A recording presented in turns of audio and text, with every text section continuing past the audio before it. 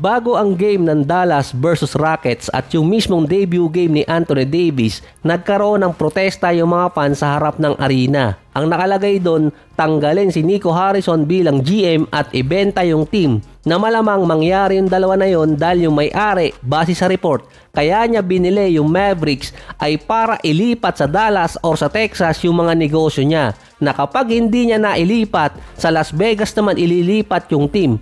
At least yung may-ari nakikinig dito sa mga fans at posibleng matupad yung gusto nila. Nang nakitang reason doon kaya binenta ni Mark Cuban yung kanyang majority shares dito sa Adelson family ay para magkaroon din siya ng partnership sa mismong bagong may-ari ngayon dahil sa mga bagong negosyo niya sa Las Vegas, yung mga hotels. Hype na hype si Anthony Davis sa unang games niya para sa Dallas Mavericks. Napapasigaw pa siya dahil sabi nga niya ibabalik niya yung saya ng mga fans. Pero mukhang pag-aalala yung binigay niya dahil baliktad na nangyari. Nagpakilala rin siya sa medical team ng Dallas Mavericks.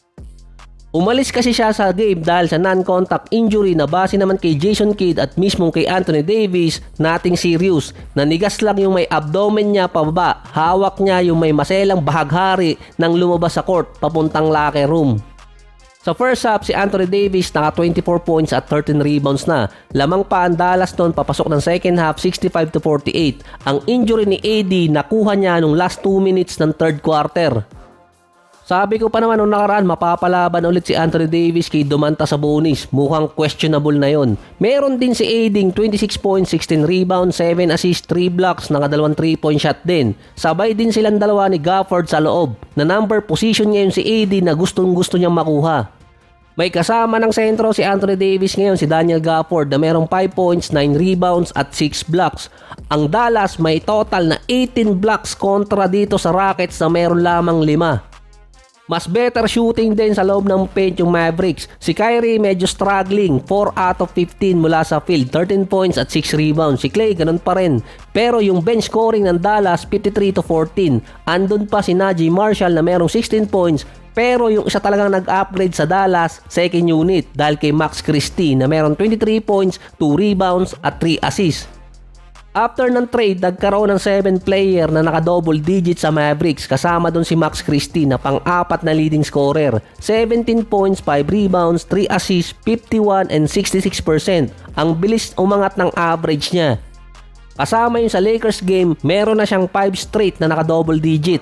Another gem di umano na pinakawalan ng LA. Mas nabibigyan di umano ng playing time si Max Christie dito sa Dallas dahil meron siyang 31 minutes per game. Yung 3-point shooting pa ni Christie umangat sa loob ng 3 games. Nasa 66%. Medyo presko pa yung mga kamay niya. Kalimitan naman, ganito talaga yung nangyayari kapag merong isang prospect ang Lakers na binitawan dahil sa trade at napunta sa ibang teams, gumaganda yung karir. Ilang players na ang merong ganong transition. Yung pagkabigay sa kanya ng 31 minutes per game, still agad yun para sa Dallas kasi nakakapag-deliver si Christie. Kung merong Kobe ng Pinas, meron ding Kobe yung Dallas. Magkamukha pa. Yun nga lang, magkamukha sa ilong.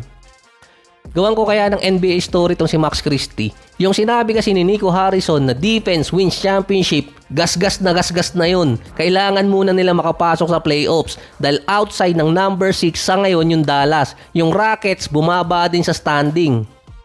Si Anthony Davis naman, questionable ang status niya dahil nga napaaga di umano ang paglalaro niya. Kaya bumalik din ang injury. Base din sa mga report, hindi dapat minadali ng Dallas or ni Anthony Davis na bumalik agad sa paglalaro.